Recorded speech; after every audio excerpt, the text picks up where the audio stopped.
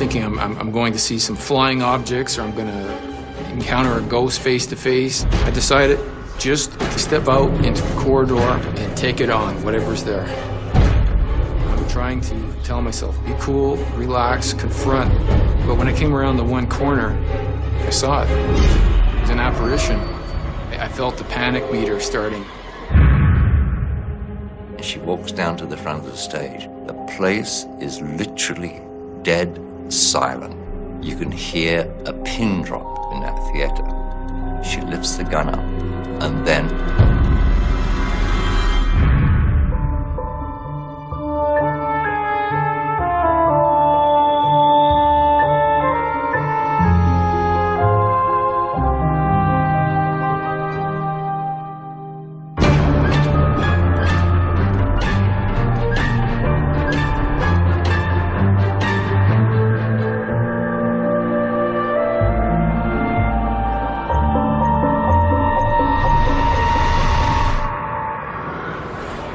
each theatre in London has a fireman, and they're supposed to stay there all night to make sure the place doesn't go up in flames. There's probably a holdover from the 18th century. Whenever the guy was sick, one of us would have to stand in, and you'd have to go and patrol and stuff like that. You get some extra money by staying there all night. I was working in there on a Saturday doing some overtime. There was a microphone, and you could hear everything that happened on the stage. And some nights I'd hear footsteps, and I was convinced I heard voices.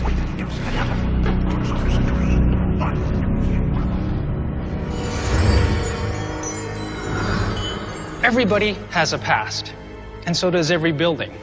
Its energy can be traumatic, or it can be happy. And every building, just like every person, has baggage. And that history spawns some of the most chilling tales ever. I'm Lawrence Chow.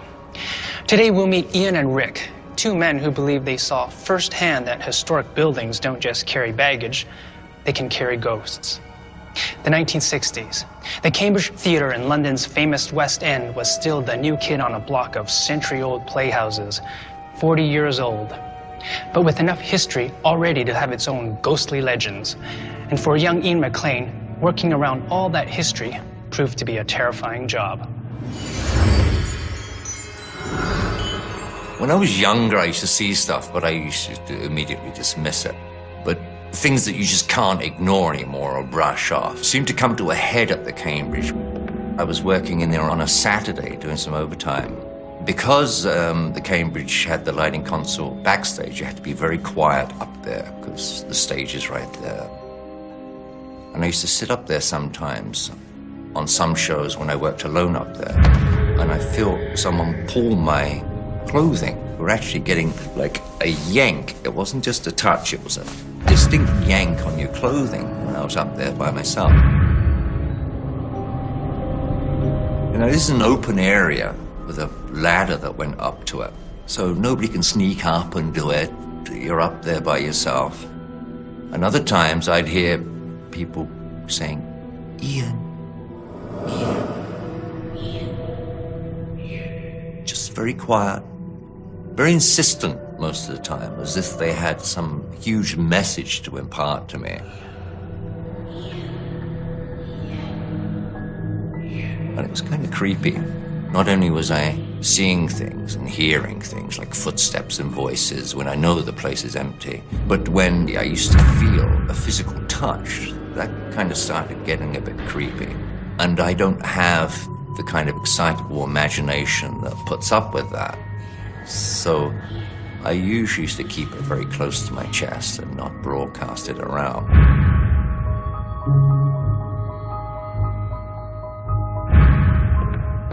One night when I was walking around on my patrol, there was a back staircase that went from the stage up past the royal box up to the upper circle.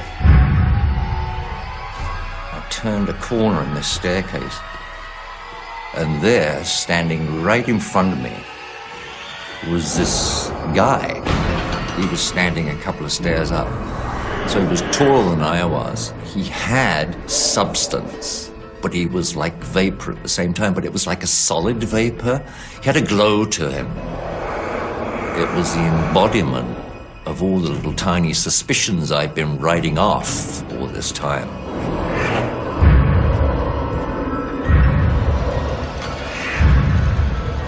The effect it had on me, which was to get the hell out of there.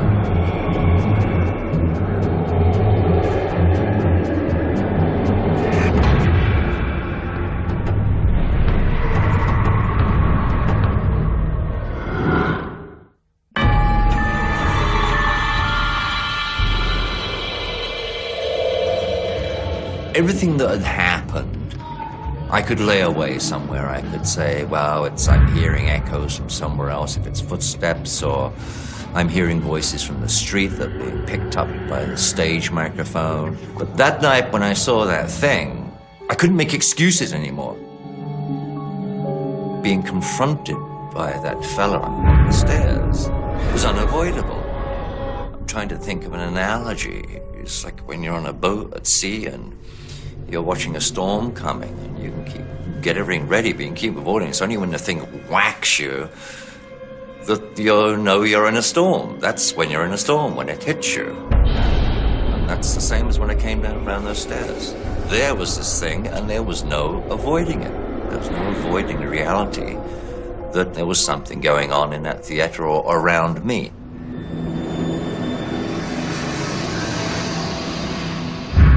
The National Theatre was in there, and it was a repertory company. Each show was different each night.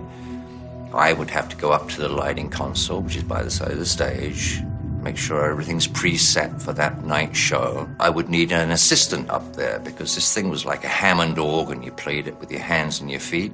I was whispering to this guy, his name was John, during the show, which was Hedda Gabler with Maggie Smith, that sometimes when I'm up there, I feel people saying my name and pulling my clothing.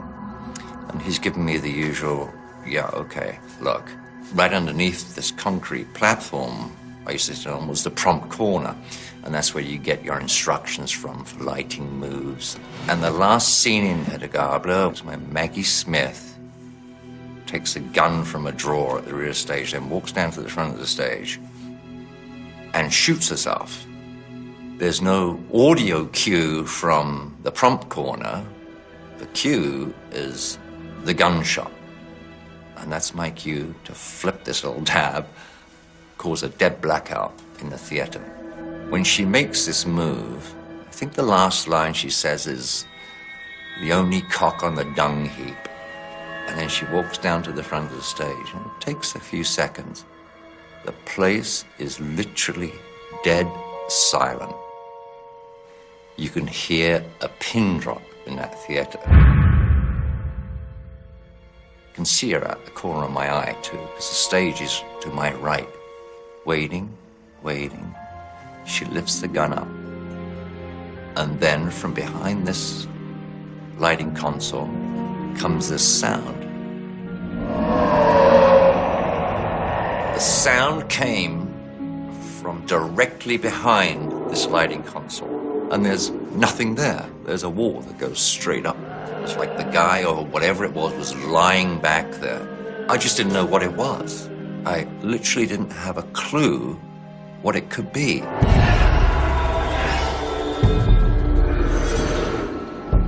And as it grew louder and louder, I think I thought to myself, oh, geez, here we go again. It's something else. I think subconsciously I thought, well, at least I've got witnesses now to this one because he just can't ignore it. Yeah, there's something around here and it's not very benign. I think everybody knew that what they heard wasn't man-made. It wasn't somebody goofing around. It was something so otherworldly that nobody could come to any other conclusion.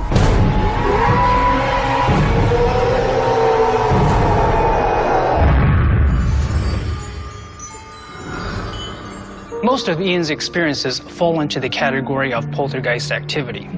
Reports of similar events date all the way back to 530 AD. Experts don't always agree about what causes them, but they do agree that poltergeist activity is violently dramatic. If there are such noisy spirits, they'd be right at home in a theater. I had a lot of free time, if you will, so I found this job at a hotel, working graveyard shifts. Virtually everybody had an encounter of the supernatural at this hotel, which was a very uneasy place to walk through. You could tell there had been a history there. Rick Lamoureux has his own horrifying poltergeist stories. Like Ian's, they come from an historic building. But in Rick's case, it was a deeply troubled history. And it made his college job at an old Ottawa hotel a living hell. Over time, I would hear stories just by listening to other people talking about incidences they had. Some were, more traumatic than others. And the one that stands out in my mind, I mean, horrific. This guy purchased a gallon of red paint and opened it up, and all over the furniture, the walls, the ceiling, bedding, he had put satanic inscriptions of pentagrams and 666. The maids had found him one morning.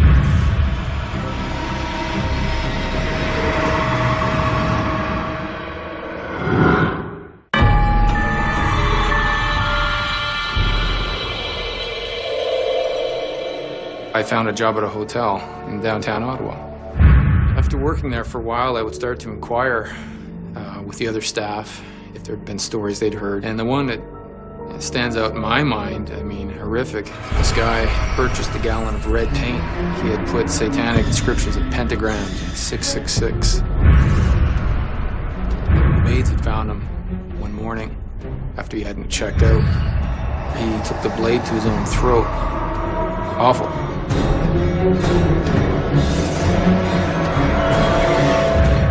Very disturbing, indeed.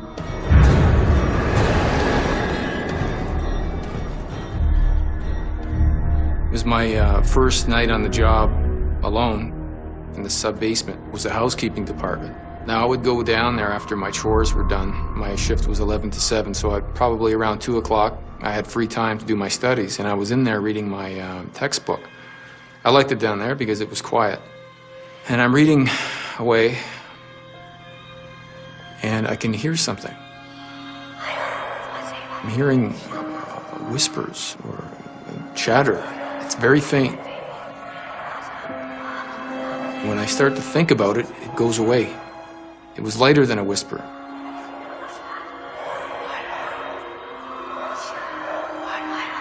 Now I can hear it, and it's not fading out. It's still just as quiet, though, very faint.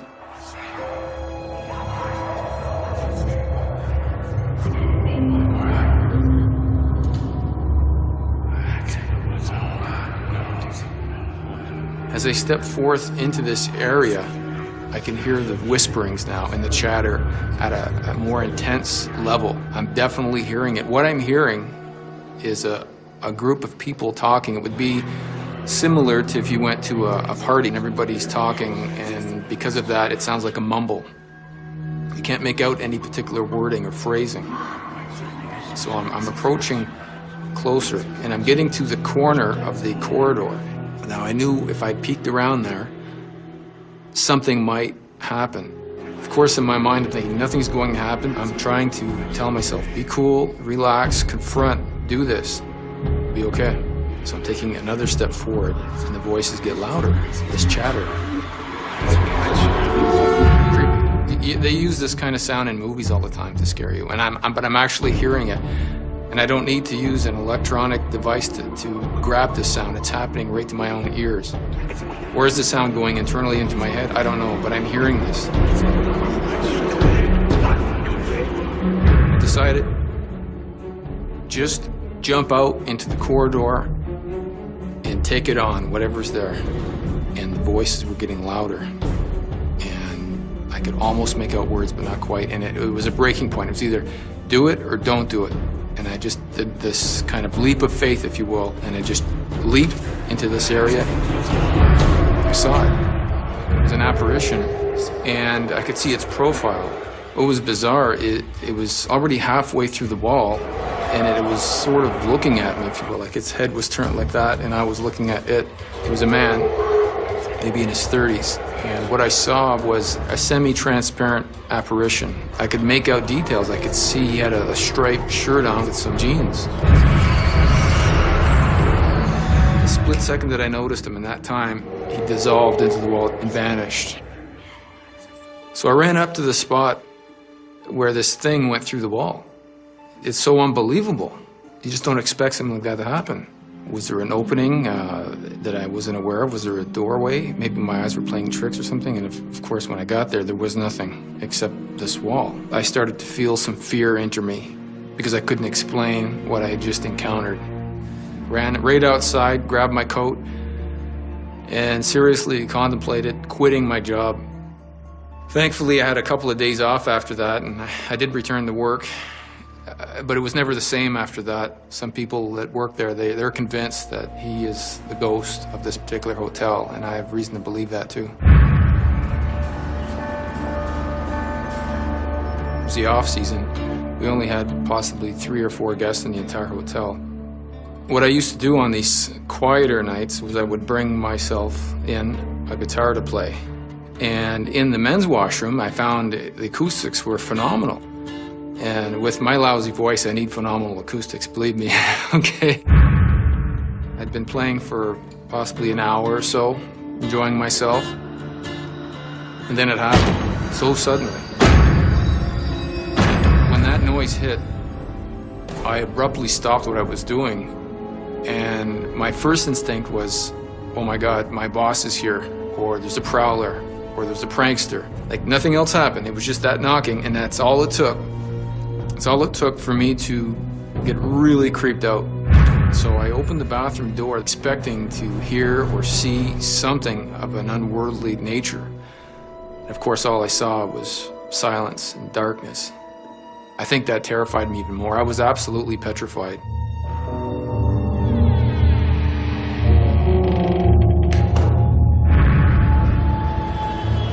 In 1964, there was a fire, and at the time it was considered the largest hotel fire in Canadian history.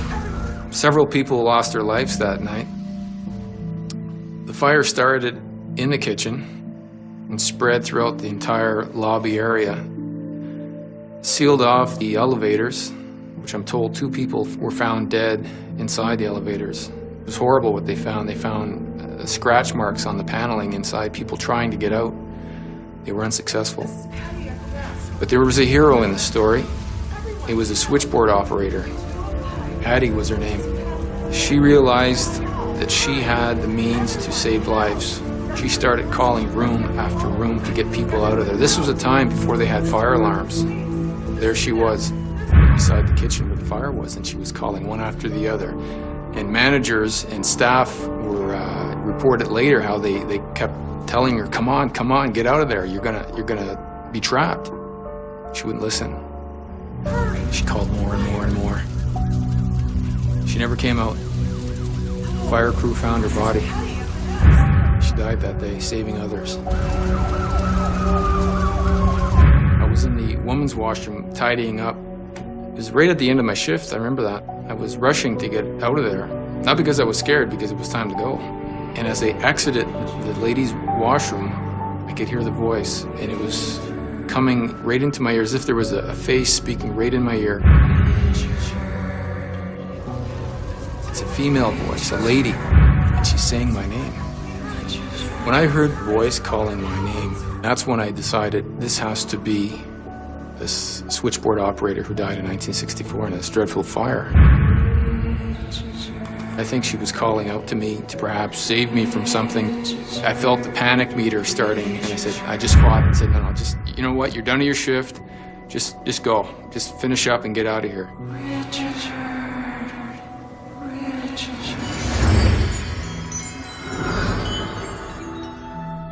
If the ghostly name caller was Addie, the telephone operator, then she is an example of a spirit staying attached to the event that killed her.